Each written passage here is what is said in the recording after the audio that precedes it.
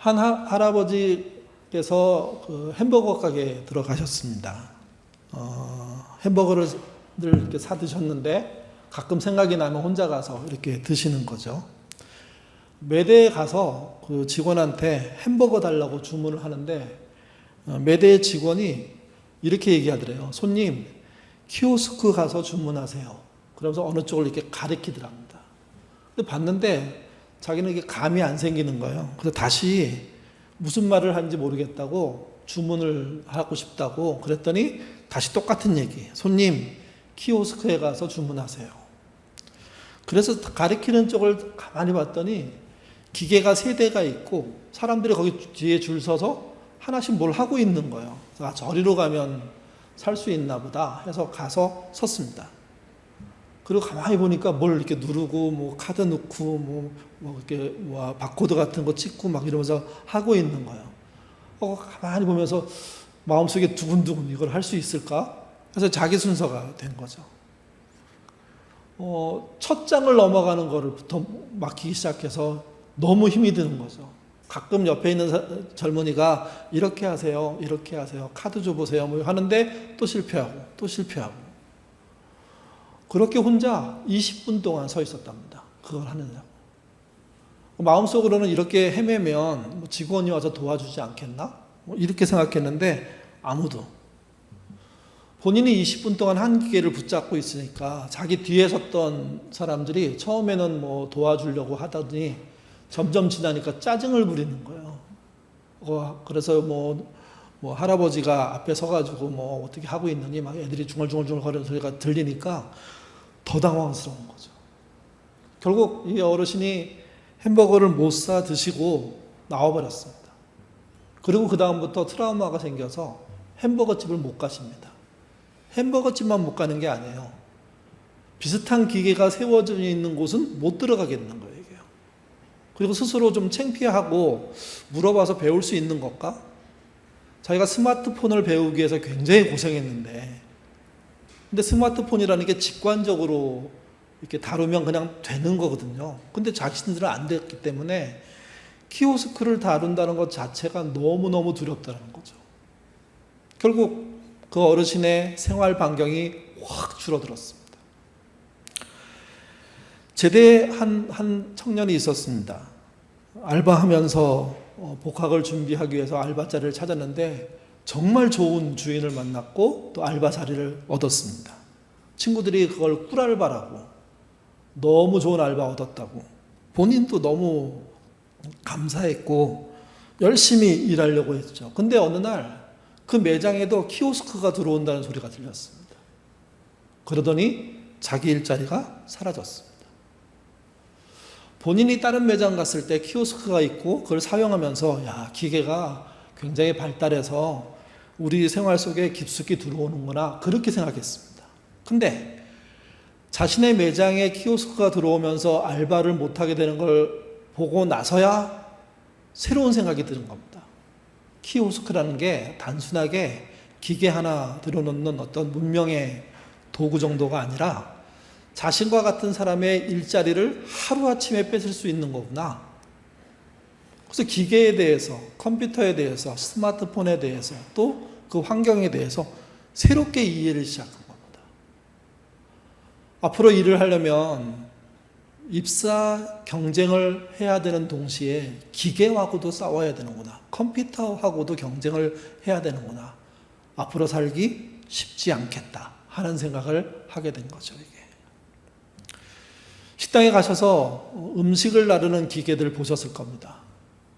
이렇게 통 하나가 막 왔다 갔다 하면서 다들 막 어르신들이 귀여워도 하고 뭐 누르면 움직이니까 아 신기하네, 재밌네, 세련됐네, 이 매장 잘 되나 봐, 뭐 여러 가지 얘기하는데 그런 생각 해보셨습니까? 그 단순한 로봇 한 대가 매장에 들어오면 몇 명의 알바, 몇 명의 직원이 일자리를 잃을까요? 또 키오스크 같은 게 매장에 들어오면 몇 명의 알바와 또는 직장이었던 그 사람들이 일자리를 잃을까요? 이게 이 말은 되게 조심스러운데요. 왜 그러냐 하면 우리 교인 중에 키오스크 사업을 하는 2명의 교인이 있습니다. 제가 그곳에 가서 열심히 기도했거든요. 사업 잘 되게 해달라고. 또 그들은 어저께도 그저께도 통화하면서 조금씩 나아지고 있다고, 기도해서 감사하다고 이런 얘기도 들었거든요. 근데 사업장이 새롭게 열리고 그런 사업을 하는 것과 그에 비해서 그 사업을 통해서 새로운 환경이 만들어지는 것과 또 그것에 의한 결과들이 사람에게 어려움을 주는 것, 이건 다 연결되어 있는 겁니다. 그렇기 때문에 우리 교인이 키오스크 사업을 하니까 무조건 잘 돼야 된다 이렇게 말하기 어렵고, 반대로 우리 교인 중에 키오스크 때문에 알바를 잃어버리는 사람이 있을 수도 있거든요. 이런 흐름 여러분 한번 생각해 보셔야 됩니다. 이 흐름에서 제일 중요한 게 효율성입니다.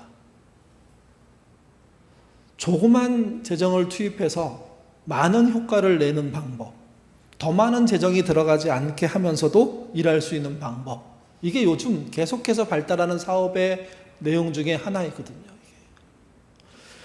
이런 효율성을 따질 때 사람은 어떻게 해야 될까요? 사람을 호모사피엔스라고 하잖아요. 생각하는 존재. 그러니까 머리를 써서 사고할 수 있는 존재. 근데 여러분, 사람이 할 수 있는 사고는 두 가지로 나뉜답니다. 하나는 목표를 정하고 효율성만 따지는 사고, 생각이 있다는 거죠. 이분들에게 제일 중요한 건 효과입니다. 적게 집어넣고 많이 나오게 할 수 있는 방법이 뭐냐? 그게 사람을 죽이는 것만이 아니라면 무조건 한다. 심지어 사람을 죽이더라도 한다. 하는 사고들이 생겨날 수 있습니다. 처음부터 그런 거 아닙니다. 효율성을 강조하다 보니까 나중에 그 효율성이 어마어마한 어떤 폭력이 되기도 하고 무기가 되기도 하는 거죠, 이게. 또 호모사피엔스란 말 속에 들어있는 사고 중에 사람답게 살기 위한 사고라는 게 따로 있습니다. 둘이 연결된 거지만 효율성에 집착하는 분들은 사람다운 삶보다는 효율성이 중요한 거죠. 근데 사람다움에 대한 생각을 깊게 하는 분들은 효율성보다 사람과 어떻게 함께 사느냐, 인류애 또는 균형, 이런 게 중요해집니다. 이게 현대의 문제만이 아닙니다. 오늘 본문이 사사기인데 사사기에서도 호모사피엔스라는 사람이 살고 있었기 때문에 거기 안에서도 동일하게 효율성의 문제냐, 인간의 문제냐, 인류의 문제냐, 이 싸움이 계속되고 있었죠. 여러분, 사사기는 효율성의 시대입니까? 아니면 인류의 또는 사람답게 사는 것에 대한 균형이 잡힌 사회일까요? 어떤 면에서는 효율성의 사회고요, 어떤 면에서는 인류의 사회입니다. 문제는 그 시대를 사는 사람들이 어떤 선택을 하느냐에 달려 있습니다. 또 그 시대의 흐름이 한쪽으로 치우쳤다고 하더라도 일부의 사람들은 효율성이 아닌 인류의 사고를 할 수 있죠. 사실 그들이 그 사회를 지키는 사람들입니다. 지난 금요일날 사사기 2장을 나누었습니다. 잘못은 사람이 했는데 회개는 누가 했다고 말씀을 드렸습니까? 하나님이 하셨다고요. 그 단어를 회개로 번역을 못한 것 같습니다. 하나님이 오히려 뉘우쳤다, 돌이켰다, 이렇게 표현하는 방식으로 사람과는 좀 다른 방식의 어떤 돌이킴이 있지 않았나 하는 식으로 이렇게 추정할 수 있게 본문을 사용했습니다. 근데 말씀드린 것처럼 그 똑같은 단어가 다른 곳에서는 회개로 쓰였다는 거죠. 사람이 잘못했는데 하나님이 회개해 주셨다. 그래서 기회가 생겼다. 그래서 용서가 됐다. 어마어마한 은혜죠. 근데 여러분, 이 은혜 속에 함정이 있습니다.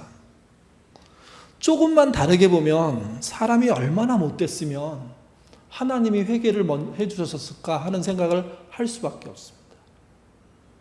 자식이 정말 잘못했는데 아무것도 모르고 막 나갈 때 부모가 책임지고 부모가 회개하고 용서받고 용서를 구하는 일에 나서는 경우들이 생기죠. 마치 하나님이 사사기에서 그런 모습을 보여주고 있는 겁니다. 아버지가 무릎 꿇고 아들이 용서받는 그런 사회가 되는 게 옳을까요? 절대로 그렇지 않습니다. 아버지 하나님이 용서를 구하고 회개하는데 아들이 되는 자녀들은 자기 마음대로 산다면 그거는 진짜 문제 있는 사회죠. 사사기의 문제가 그겁니다. 특별히 오늘 본문에서는요, 효율성에 관련된 이야기를 좀 하고 있는 것 같습니다. 하나님을 회개시키는 이들, 그게 과연 우리는 아닌지 한번 생각해 볼 필요가 있고, 우리가 하나님을 회개시키는 자리까지 몰아붙이는 사람이 되지 않아야 한다는 그런 믿음이 필요하다고 생각합니다. 이제 3장으로 와서 한번 살펴보죠. 3장에서는 어떤 일들이 있었는지. 사사기 3장 1절에서 5절 말씀 같이 읽겠습니다. 여호와께서 가나안의 모든 전쟁들을 알지 못하는 이스라엘을 시험하려 하시며 그것을 가르쳐 알게 하사 남겨두신 이방인들을 블레셋의 5 군주들과 모든 가나안 족속과 시돈 족속과 바알 헤브론 산에서부터 하맛 입구에까지 레바논 산에 거주하는 헤잇 족속이라. 남겨두신 이방인 민족들이 이스라엘을 시험하사 여호와께서 모세를 통하여 그들의 조상들에게 이르신 명령들을 순종하는지 알고자 하셨더라. 하나님의 회개하셨던 가장 큰 이유는 다시 기회를 주기 위함이었습니다. 그리고 오늘 본문에서는 그 기회를 이렇게 표현합니다. 시험이라고요. 유혹이라는 의미가 아닙니다. 훈련이라는 의미입니다. 그러니까 훈련시켜서 잘못된 것으로부터 나오게 하는 것을 하시고자 하나님이 결정하셨고 그 상황들을 두신 거죠. 그리고 이스라엘은 그 상황에 대한 이해를 가지고 하나님을 다시는 회개시키지 않는 자의 삶을 살았어야 하는 겁니다. 근데 그렇게 되지 않았던 거죠, 이게. 또 하나, 여기에 시험은요, 하나님이 일부러 시험장을 만드신 게 아닙니다. 이스라엘이 그 형편, 그 처지, 그 상황을 만들어낸 겁니다. 하나님이 그 상황을 만드신 게 아니라 사람이 그 상황을 만든 겁니다. 하나님은 그곳에서 그들을 훈련시키기를 원하셨던 거지, 일부러 시험의 장들을 만들기 위해서 이스라엘이 가나안을 노예로 삼고 함께 살게 만들고 하는 건 아니라는 거죠, 이게. 그래서 본문을 읽을 때 마치 하나님이 이 모든 상황 하나하나를 다 예정하시고 결정하시고 준비하셔서 사람들이 그 안에 들어가서 훈련하도록 만들었다, 이렇게 읽으시면 안 됩니다. 하나님이 시험했다는 이야기는요, 그분에게 여전히 주권이 있다는 뜻입니다. 사람이 타락하고 횡설수설하고 난장판을 만들어도 자기 마음대로 하나님을 떠나가고 있더라도 하나님은 그곳에 그 모든 상황을 보고 계시고 그 상황 속에서 충분히 그의 백성들을 훈련시킬 수 있는, 시험할 수 있는 분이라는 이야기를 하고 있는 겁니다. 지금 우리 사회가 난장판이면 지금도 똑같습니다. 하나님은 당신의 사람들을 훈련하고 있습니다. 훈련받는 사람은 2 종류로 결론이 날 겁니다. 훈련에 실패하는 사람과 훈련을 통과하는 사람들이 있을 거죠. 사사시대의 이스라엘은 그 훈련에 통과하지 못합니다. 오히려 주저앉고 무너지고 포기하게 되는 거죠. 이때 하나님의 시험, 하나님의 훈련은요, 하나님의 기다림을 말합니다. 즉각 처단하지 않으시고 오래 참고 기다리는 형태를, 그들을 훈련시킨다, 그렇게 표현하는 거죠, 이게. 이런 하나님 마음을 모르는 이스라엘은요, 어떻게 살았을까요? 5절, 6절 말씀 같이 읽겠습니다. 그러므로 이스라엘 자손은 가나안 족속과 헷 족속과 아모리 족속과 보리스 족속과 히위 족속과 여부스 족속 가운데서 거주하면서 그들의 딸들을 맞아 아내로 삼으며 자기 딸들을 그들의 아들들에게 주고 또 그들의 신들을 섬겼더라. 본문의 시점은 이스라엘이 가나안을 점령하고 얼마 되지 않은 시점입니다. 그렇기 때문에 군사력의 면에서, 지배력의 면에서 이스라엘이 훨씬 더 우월할 때입니다. 다른 말로 하면 가나안 남겨진 백성들은요, 노예 상황입니다. 그러니까 힘도 세고 능력도 있는 이스라엘이 한 행동을 보여주는 거죠. 그것도 누구를 향한 행동이냐? 가나안에 있는 족속들을 향해서 했던 행동들에 대한 이야기입니다. 그 행동들의 요약을 이렇게 합니다. 6절이 얘기하는데요. 그들의 딸들을 맞아 아내로 삼으며 자기 딸들을 그들의 아들들에게 주고 또 그들의 신들을 섬겼더라. 당시의 결혼은 남녀가 좋아서 할 수 있는 게 아닙니다. 부모가 모든 혼사의 주관자고 그 부모가 모든 혼사를 추진합니다. 자기에게 딸이 있습니다. 이때 이스라엘 아들과 결혼시키는 게 나을지 아니면 가나안의 아들과 결혼시키는 것이 나을지를 부모가 판단하는 겁니다. 그리고 당시에 상당수의 사람들이 어떤 결혼을 했다는 얘기죠?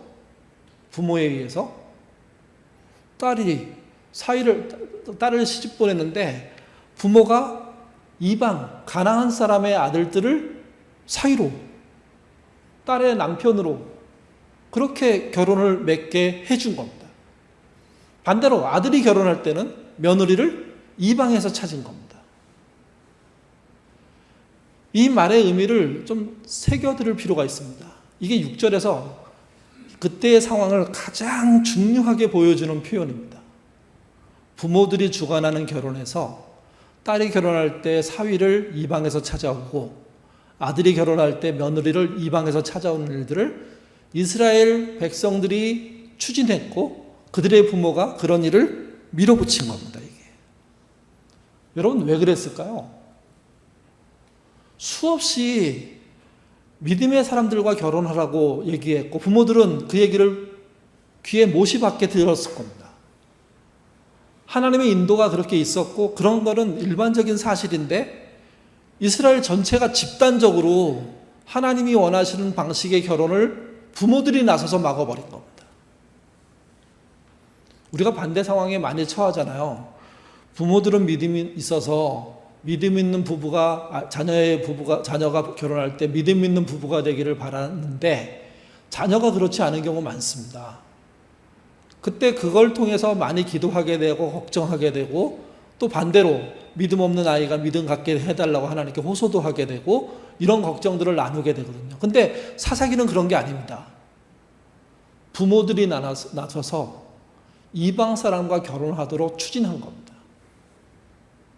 그게 막 일상적으로 막 일어나는 겁니다. 여기에 저는 이걸 어떻게 봐야 될까 고민하다가 아마도 이게 그 땅에 적응하는 문제 안에서의 효율성, 어떻게 가정을 새롭게 편성하고 그 다음에 사돈을 맞이하고 그리고 가계를 형성하는 것에 따라 앞으로의 본인들의 진로, 삶이 달라지지 않을까 하는 기대 이런 게 들어갔다고 저는 보입니다. 왜 그러냐면 가나안은 농사를 짓고 유목생활을 하는 땅입니다. 근데 이스라엘은 광야에서 40년 있는 동안 어떤 일을 했는지 성경에 나와 있지 않습니다. 근데 알고 있는 게 하나 있죠. 먹거리는 어떻게 해결했죠? 40년 동안 만나와 메추라기를 먹었습니다. 그게 나중에 지겹다는 얘기가 나오긴 했지만 명확한 건 뭐냐면 일상의 먹거리로 걱정하지 않는 40년을 산 겁니다. 그러면 노동이라는 거를 했을까? 유목이라는 걸 했을까? 제대로 된 경제활동이라는 걸 해봤을까? 그 전에 또 40년 전에 400년 넘게 이집트에서는요, 노예로 살았잖아요. 그때는요, 건설 노동자로 살았습니다. 이집트에서 큰 공사가 있을 때마다 잡혀 나가가지고 정말 죽도록 일만 하고 돌아오는, 그리고 겨우 좀 먹거리 주는 거 가지고 겨우 사는 그런 존재였거든요, 이게. 그러니까 길게 따지면 한 500년 동안 실제 노동에서 먹고 산 것이라고 보기가 어려워요. 특별히 농사, 그 다음에 가축을 키우는 일을 통해서. 그런 사람들이 가나안에 들어간 겁니다. 가나안에 들어가서 믿음 있게 살고 싶은데 눈앞에 보이는 현장에서 일이라는 것을 바로바로 배워낼 수가 없는 거예요. 고대 사회에서 가장 안전하게 사는 것은요, 그 현재의 경제적인 기반과 군사적인 기반과 힘을 갖고 있는 사람들과 사돈을 맺는 거거든요. 빠른 속도로 맺을수록 본인이 안정되는 거거든요. 그래서 사사기 시대의 이스라엘 사람들이 자기의 자녀를 시집 보내고 장가 보낼 때 도대체 어떤 대상을 통해서 결혼을 할까 이런 고민을 하게 될 때 그때 이방인 사람이 필요했던 겁니다. 농사에 익숙한 사람들, 또 유목에 익숙한 사람들. 그래서 사사기 초반에 대대적으로 가나안살이에 대한 해결책으로 농사와 유목에 유리하게 훈련된 사람들과 사두를 맺는 방식, 결혼을 시키는 방식, 이게 등장한 겁니다. 이게 가나안의 효율성입니다. 문제는 이겁니다. 가나안의 효율성에 따라 하는 것은 현명한 일로 보였고 많은 사람들이 용기 있는데 그래서 따라하게 된 일이 되었지만 결론은 뭡니까? 6절에 나와 있습니다. 그들의 신을 섬겼더라. 고대 사회의 직업 또는 농사, 유목은요, 우리가 볼 수 있는 현대 사회의 직업하고는 많이 다릅니다. 모든 직업이 신과 관련되어 있거든요. 거기에 영향을 받게 되어 있거든요. 그래서 바알과 아세라를 믿고 따르는 일에 그 농사라는 게, 유목이라는 게 다 연관되어 있고 모든 행동과 모든 의식이 그 안에 집약되어 있기 때문에 그리로 들어간 사람들은 그 효율성에 의해서 결국은 그의 신을 믿게 되는 결과에 이르게 된 겁니다. 무서운 속도로 하나님의 공동체가 우상의 공동체로 추락하고 있는 겁니다. 이 추락의 정점은요, 효율성입니다. 누가 더 농사에 빨리 적응하냐? 누가 더 유목에 빨리 적응하냐? 이거였죠. 그리고 그거를 줄 수 있는 사람들과 사돈을 맺어서 그래 이제 경제적으로 안정됐어 했더니 결론이 뭡니까? 하나님과는 완전히 결버린 겁니다. 이게 사사기 3장 5절 6절이 표현하는 그 시대의 심각한 문제라는 거죠. 이게 결국 이런 결과가 나왔으니까 하나님이 준 훈련의 기회는요, 실패합니다. 하나님은 가만히 두고 보지 않으십니다. 그 우상 숭배로 추락하고 있는 자들을 심판하시죠. 같이 읽겠습니다. 7절 8절입니다. 읽겠습니다. 이스라엘 자손이 여호와의 목전에 악을 행하여 자기들의 하나님 여호와를 잊어버리고 바알들과 아세라들을 섬기는지라. 여호와께서 이스라엘에게 진노하사 그들을 메소포타미아 왕 구산 리사다임의 손에 파셨으므로 이스라엘 자손이 구산 리사다임을 8년 동안 섬겼더니. 이 본문도 신인 동형적인 표현이라고 하는데 하나님이 모든 것을 하나하나 만들어가는 걸로 이렇게 설명되어 있거든요. 그렇게 읽으시면 오해하게 됩니다. 하나님이 이방에게 팔아 넘기셨구나, 그런 의미가 아닙니다. 이스라엘에게 기회를 줬는데 훈련이 안 되고 그들이 우상을 쫓아간 거죠. 그래서 가나안 사람들과 이스라엘 사람들이 한 통속이 돼서 그 땅을 망치고 있었던 겁니다. 근데 전쟁이 일어난 겁니다. 메소포타미아의 왕이 쳐들어온 겁니다. 그리고 그 전쟁에서 그 가나안이 어떻게 됩니까? 진 겁니다. 성경은 이것을 심판이라고 표현합니다. 그 심판이라는 표현 속에 이런 게 들어있는 겁니다. 하나님이 막을 수도 있었다는 거죠.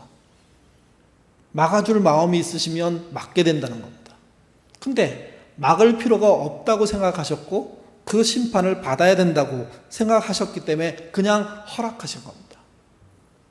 그래서 이스라엘은 메소포타미아 왕 구산 리사다임에 의해서 완전히 나라가 망가지기 시작하고요. 무려 8년 동안 아주 참혹한 통치를 받게 됩니다.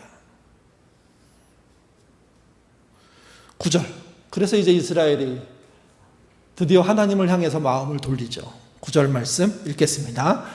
이스라엘 자손이 여호와께 부르짖음에 여호와께서 이스라엘 자손을 위하여 한 구원자를 세워 그들을 구원하게 하시니 그는 곧 갈렙의 아우 그니스의 아들 온니엘이라. 여러분, 메소포타미아의 공격을 이스라엘만 당했을까요? 아니요. 그 땅에 살고 있는 가나안 족속도 함께 당했습니다. 그들도 8년 동안 참혹한 그런 종의 신세로 추락한 겁니다. 가나안 족속들은 자기의 신에게 탄원하지 않았을까요? 이스라엘이 하나님께 부르짖고 호소하는 것처럼 가나안 신에게 가나안 사람들은 호소했겠죠. 근데 응답은 어디로부터 왔습니까? 하나님께로부터만 왔다는 게 본문의 진술입니다. 가나안의 우상은 아무 실효성이 없는 존재였고 이 가나안의 해방까지도 하나님에 의해서 이루어졌다는 결론을 구절이 설명해 주는 겁니다. 또 여기 부르짖다는 뜻은 기도했다는 뜻은 아닙니다. 신앙을 잊어버리고 난 다음에 시간이 오래 흘렀기 때문에 그들에게 기도를 어떻게 하는 것인지에 대해서 상실된 상태였거든요. 여기 부르짖다는 뜻은 기도했다는 뜻이 아니라 아우성치고 통곡하고 떼굴떼굴 굴렀다는 뜻이에요. 정말 부르짖은 거예요. 살려달라고. 구조 요청을 하나님께 하기 시작한 거예요. 근데 참 어처구니 없는 건 기도할 줄 몰랐다는 거죠. 그 정도로 하나님과 떨어져 있는 거라는 겁니다, 이게. 결국 가나안의 효율성은 0입니다. 아니, 마이너스입니다. 수천, 수만 마이너스가 일어난 겁니다. 하나님은 기도가 아닌 이스라엘의 부르짖음에 응답하십니다. 10절, 11절 말씀 읽겠습니다. 여호와의 영이 그에게 임하셨으므로 그가 이스라엘의 사사가 되어 나가서 싸울 때에 여호와께서 메소포타미아 왕 구산 리사다임을 그의 손에 넘겨주심에 온니엘의 손이 구산 리사다임을 이기니라. 그 땅이 평온한 지 40년에 그니스의 아들 온니엘이 죽었더라. 진정한 효율성은 하나님에 의해서 나왔습니다. 하나님이 보여주신 진정한 승리의 모습은요, 사실은 오래 기다리신 결과입니다. 당장 쳐서 벌을 내려야 되는데 하나님은 시험하시고 훈련하시기 위해서 시간을 주신 거죠. 또 그들이 마음대로 살다가 적과의 전쟁에서 패배했을 때도 또 8년 동안 어려움을 당했을 때도 기다리셨습니다. 뭘 기다리셨냐? 당신을 찾아오기를 기다리셨습니다. 당신을 찾아오자, 그게 믿음적으로 보면 정말 하나도 훈련되지 않은 모습인데도 불구하고 하나님은 그 이야기를 들으신 거죠. 그리고 즉각 반응하셨습니다. 그래서 온니엘 사사를 보내서 그들의 나라를 평정시켜주고 적을 다 몰아내고 전쟁에서 승리시키고 난 다음에 40년 동안의 평화 시절을 허락했다는 겁니다. 이 본문에서 제일 중요한 건 그래서 저는 효율성과 기다림입니다. 가나안의 효율성이라는 게 당장은 효율성이 있어 보입니다. 왜 그러냐 하면 그 시대의 경제를 이끌고 경제에서 나름 좋은 결과를 낼 수 있는 방법들을 제시하기 때문입니다. 근데 그걸 쫓아가면 결국 믿음이라는 게 하나님을 잊어버리고 혼란에 빠지고 결국은 그들의 종이 되고 마는 거죠. 제일 무서운 게 뭔지 아십니까? 효율성의 종이 되는 겁니다. 그러면 하나님도 효율적으로 믿으려고 합니다. 조금 기도하고 많이 얻으려고. 11조가 가장 매력적이 된 이유가 그겁니다. 1 내면 10 주고 10 내면 100 주고 100 내면 1000 주고 1000 주면 1000 내면 10,000 준다. 대단히 위험한 사고방식인데 원래는 주신 것에 감사해서 11조를 하나님께 드리는 거 아닙니까? 그 11조를 드림으로 내가 지난달까지 살았던 모든 시간을 하나님이 인도해 주셨어 라는 고백을 드리는 거잖아요. 근데 그 자리에 효율성이 들어가면 그걸 뒤집어 버리는 겁니다. 1이면 10이고 10이면 100이고 100이면 1000이고 1000이면 10,000이다. 한국교회가 망하는 가장 큰 이유는 이 신앙이 주류이기 때문에 그렇습니다. 11조 안 하면 큰일 나. 왜? 10배를 못 받으니까? 아닙니다. 11조를 하게 된 이유는 그동안의 삶을 하나님이 인도해 주신 것을 내가 알기 때문에 나의 일부를 희생시켜서 하나님께 드림으로 말미암아 모든 것이 당신으로부터 왔습니다 하는 고백을 하기 위한 거죠. 효율성의 신앙, 그래서 문제입니다. 가나안의 신앙의 가장 큰 문제는 부모들이 농사와 유목의 자식들을 적응시켜서 오랫동안 편하게 살게 하기 위해서 이방 며느리, 이방 사위를 얻은 거죠. 그 일을 부모들이 주도해서 밀고 간 거죠. 급속도로 무너졌고 결국 어떤 결과도 좋은 결과가 나오지 않게 된 겁니다. 이 본문에서 몇 가지 생각할 게 있습니다. 나는 효율적인 신앙을 추구하고 있지는 않은지, 효율보다 정말 중요한 건 하나님의 뜻이고 그분의 기다림입니다. 그분이 훈련시키고 싶어 하시는 건지, 그분이 참고 기다려주시는 건지, 내가 회개할 것인지, 이런 것에 대한 판단을 하기 위한 노력과 수고를 우리가 해야 한다는 거죠. 또 한 가지는 본문에서는 부모의 선택에 대해서 아주 강력하게 경고합니다. 효율적인 선택이 되지 않도록 자녀들이 스스로 자기의 삶들을 하나하나 깨달아 배워가면서 하나님을 배우도록 만들지 않고 쉽게 믿을 수 있도록 해주고 쉽게 교회 생활할 수 있도록 해주고, 그게 오히려 큰 잘못이라는 이야기를 하고 있는 겁니다. 또 하나, 거기에 학업이라는 것을 얹어가지고 교회도 좋지만 공부도 잘해야 돼, 그래야 좋은 직장, 결혼도 잘할 수 있어 하는 이상한 효율성의 신앙들을 심어 넣어버린 겁니다. 하나님은 효율적인 분이 아니시고요, 인내하고 기다리시며 참지 못하고 먼저 회개하시는 분이십니다. 그 하나님을 우리가 믿어야 하는 겁니다. 지방국립대 총장을 지낸 분의 이야기입니다. 그분의 고향은 경남 삼청인데요. 가난한 집에 태어나서 공부를 못했습니다. 근데 아버지가 너무나 가난한 집임에도 불구하고 어떤 생각을 하셨냐면, 이놈을 가르쳐야 우리 집안이 제대로 설 수 있다는 생각을 하고 대구로 중학교를 보냈습니다.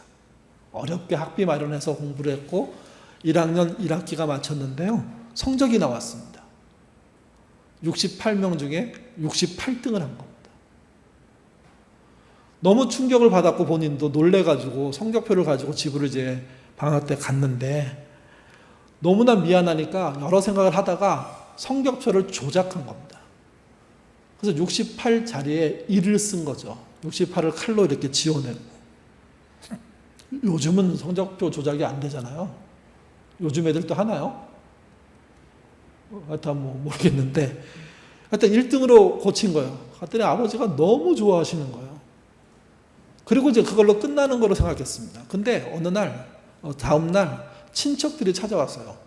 대구 학교 다니는 친척 아이가 돌아왔다고 하니까 얼굴도 볼 겸 가갖고 오자마자 공부 잘하냐? 물어보고 했더니 아버지가 1등 했다고. 그랬더니 친척들이 그렇게 공부를 잘하는데 이렇게 모른 척하면 안 된다고.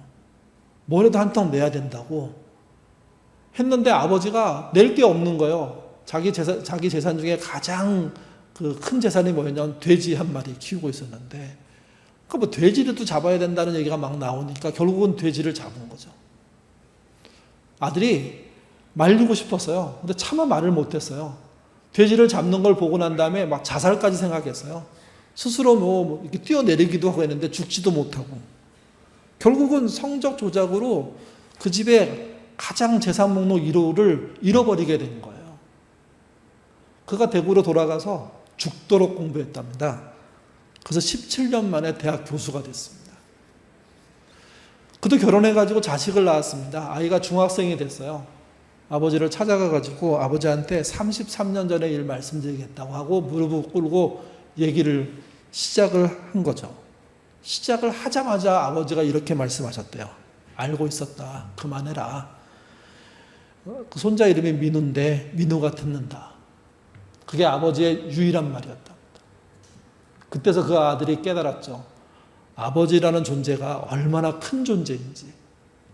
자기가 거짓말을 하고 있는 걸 알고 있었는데 친척들이 막 축하의 분위기를 만들자 돼지 한 마리를 잡으면서 아이들한테 메시지를 보낸 거예요. 내가 이 돼지를 잡는 이유가 몰라서 잡는 게 아니라 너를 위해서 잡는 거다. 아버지가 이렇게까지 너에 대해서 생각하고 있음을 잊지 말아라. 그런 메시지를 한마디도 안 하고 전달한 거죠. 다행히 아들이 알아들었습니다. 뉘우쳤습니다. 열심히 노력해서 기대 이상의 성과를 내놨습니다. 그런데도 아들은 죄송해서 그 사건이 있은 지 33년 만에 진짜 아버지 앞에 회개하는 마음으로 죄송하다고 얘기했더니 민우가 들어 말하지 마. 다 알고 있어서 괜찮아. 다 지난 일이잖아. 그렇게 끝내주더라는 거죠. 우리가 하나님을 아버지라고 비유합니다. 오늘 비유에 등장한 그 아버지의 모습이 연결되어 있다고 생각합니다. 인간 아버지나 하나님 아버지의 가장 큰 마음은 기다려주시는 겁니다. 인간은 길게 못 사니까 33년 기다릴 수 있지만 하나님은 더 오랜 시간 기다리기도 하십니다. 신자는요, 그 기다리는 분의 마음을 알고 인간적인 효율성을 내려놓는 그런 용기를 가져야 됩니다. 효율적인 게 너무 좋을 것 같죠? 아니요. 효율적이어서 망가지는 게 너무도 많다는 겁니다. 가나안의 효율성 또는 이방의 효율성 또는 자본주의의 효율성, 여기에 속지 마십시오. 그 효율성은 빨리 간 만큼 엄청난 대가를 토해내게 만듭니다. 키오스크 얘기했는데 그 기계 하나가 뭘 바꾸겠습니까? 근데 기계 하나가 매장에 들어오면 알바 몇 명이 자리가 날아갑니다. 아마 앞으로는 알바 구하는 거 굉장히 점점 힘들어질 겁니다. 왜? 기계가 그 자리를 대체해야 하거든요. 그래서 용기 있는 신앙인 중에요, 그 기계를 안 들어놓는 사람들이 있습니다. 오히려 알바를 듣고 요즘 한 시간 알바비가 10,000원이 안 되잖아요. 근데 12,000원, 13,000원 주고. 그러면서 얘기합니다. 신앙이기 때문에 이렇게 하게 됐고, 이렇게 하게 됨으로 진짜 사람의 중요성을 알게 됐다고 얘기하거든요. 하나님의 기다림은 아주 빠르게 흐르는 세상 속에서 사람답게 사는 길들을 포기하지 말라고 메시지를 주고 있는 겁니다. 가나안의 효율성, 대한민국의 효율성, 현대의 효율성, 오히려 우리를 망가뜨린다는 것. 기다리시는 하나님처럼 우리도 천천히 늦게 가도 괜찮다는 마음으로 우리의 일상을 사셔야 됩니다. 특별히 부모로서 자녀에게 뭘 해주겠다는 마음이 앞서가지고 미리 미래를 점쳐주는 것, 미리 미래를 챙겨주는 게 도움이 될 것 같지만 그렇지 않다는 겁니다. 기다려주고 스스로 갈 수 있게 해주시는 게 믿음입니다. 인간적으로 정말 풍성하게 살도록 도와주는 건 하셔야 되지만 인간의 능력을 넘어서는 효율성으로 선점하도록 만드는 일에 나서지 않으셔야 됩니다. 천천히 가시면 그 안에 믿음도 생겨납니다. 효율성보다 그분의 기다림을 보실 줄 아시는 저와 여러분 되시기를 주님의 이름으로 부탁드립니다. 기도하겠습니다. 우리는 너무 서두릅니다. 빨리 잘 되고 싶은 마음이 우리에게 있기 때문입니다. 효과적으로 적게 투입하고 많이 남으면 된다는 사고에 충실하기 때문입니다. 근데 그런 사고가 성경의 사고가 아닙니다. 효율성을 추구하는 사람들이 만들어낸 급한 사고이고 경쟁의 사고이고 나만 이기면 된다는 사고가 되고 말았습니다. 사슬때에 이스라엘 사람들이 믿음으로 천천히 가도 되는 그 길을 자기의 실력과 자기가 맺은 사돈관계를 통하여서 강하고 빠르게 흡수하기 위한 노력들을 감행했습니다. 결과는 그의 자녀 세대 모두가 하나님을 떠나서 이방의 신을 섬기는 결과에 이르렀다는 것입니다. 우리도 우리의 조급함과 효율성을 따지는 그런 삶의 태도 때문에 우리의 자녀들을 급속하게 신앙으로 잃어버리고 있습니다. 그 잘못이 우리로부터 있다는 사실을 우리가 인정하게 하시고 지금이라도 효율성보다는 차근차근 천천히 사람답게 더불어 함께 하는 삶에 대한 삶들을 살아야 합니다. 자녀가 월급을 많이 받을 때 기뻐하기보다 자녀가 사람답게 살 때 기뻐하고 자녀가 누군가를 이겼을 때 기뻐하기보다 더불어 함께 살기 위해서 돌아갈 때 기뻐하는 그런 삶의 태도를 가질 수 있도록 하나님 인도하여 주옵소서. 또한 우리가 믿는 하나님도 하나 주면 10개를 주시고 10개를 주면 100개를 주시는 하나님이라고 가르쳐서는 안 됩니다. 우리에게 허락된 모든 순간이 그분의 것이기 때문에 그 은혜에 감사하는 표현을 마땅히 해야 된다고 가르칠 줄 아는, 그래서 우리 안에 그분을 향하는 물질과 시간과 또 봉사가 있는 그런 삶이 되는 그런 신앙인 될 수 있도록 하나님 인도하여 주옵소서. 가나안의 효율성을 쫓아간 자들이 결국은 하나님을 떠나고 전쟁이 일어나고 그로 인해서 심판을 받았습니다. 하나님은 그들이 부르짖을 때 망설임 없이 다시 찾아와서 사사를 세워주시고 무려 40년 동안의 평화를 허락해 주셨습니다. 하나님이 그런 분이라는 사실을 알고 그분의 기다림에 호응하며 반응하며 응답하는 그런 신자 될 수 있도록 하나님 인도하여 주시옵소서. 예인께도 그런 교회 되기를 원합니다. 효율성보다 그분의 기다림을 알고 서로를 기다려주는, 서로를 품어주는, 그래서 함께 가는 그런 공동체 되도록 인도하여 주시옵소서. 감사하며 예수님 이름으로 기도드립니다. 아멘.